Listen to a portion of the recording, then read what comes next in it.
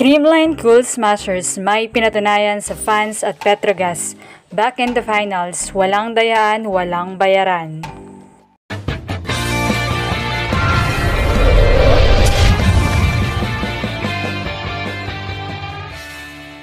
Hindi na nga pinakomplikado pa ng Creamline ang kanilang sitwasyon upang makapasok sa finals dahil pinataob nila ang Cherry Tigo in 3 straight sets. Well, hugot na rin ito since na straight set din naman sila ng Cherry Tigo ng elimination round.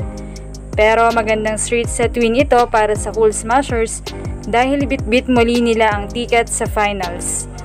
Sa laban nga nila kontra Cherry Tigo ay pinangunahan nila Tots Carlos at Phenom Alyssa Valdez ang opensa mula sa kanilang 20 attacks, 11 for Carlos and 9 for Alyssa.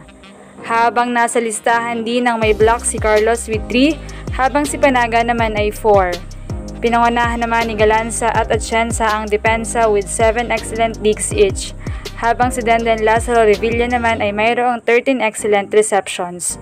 Nagtapos nga ang game sa score na 25-16, 25-21, 25-20. Habang itinanghal namang player of the game si Kyle Negrito with 16 excellent sets. Hindi nga naging madali ang pinagdaanan ng Creamline nitong nagdaang games dahil nasangkot sila sa mga akusasyong hindi makatarungan matapos nga ang kanilang game kontra Petrogas. Naparatangan pa sila na bayad ang PBL, kinakampihan ng referees at kinakampihan ng mismong PBL management.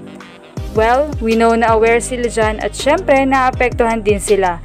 Pero bilang may mga matured na pag-iisip, hindi nila ito dinala sa kanilang game kontra Cherry Tigo, kaya nga naiwi nila ang panalo. Nagbiro nga ang ilang fans na, nanalo ang Creamline, wala dyan si Bobby Celso. O bayad ba talaga ang game? O baka kasalanan naman niya ng CCSA? O baka sabihin nyo, kampi na naman sila kay Alyssa Valdez. Ilan lamang yan sa naging post ng fans matapos nga ang game. Pero for sure ay may hugot talaga doon ang Creamline. Ika nga ni Gemma ay marami ang nagdududa sa team nila. Marami ang kung ano-ano sinasabi, pero sila ang nagtitiwala sa isa't isa.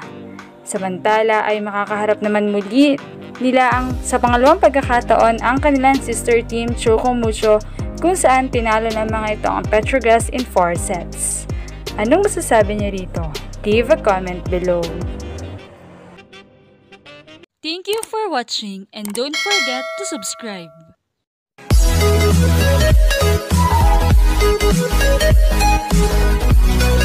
back.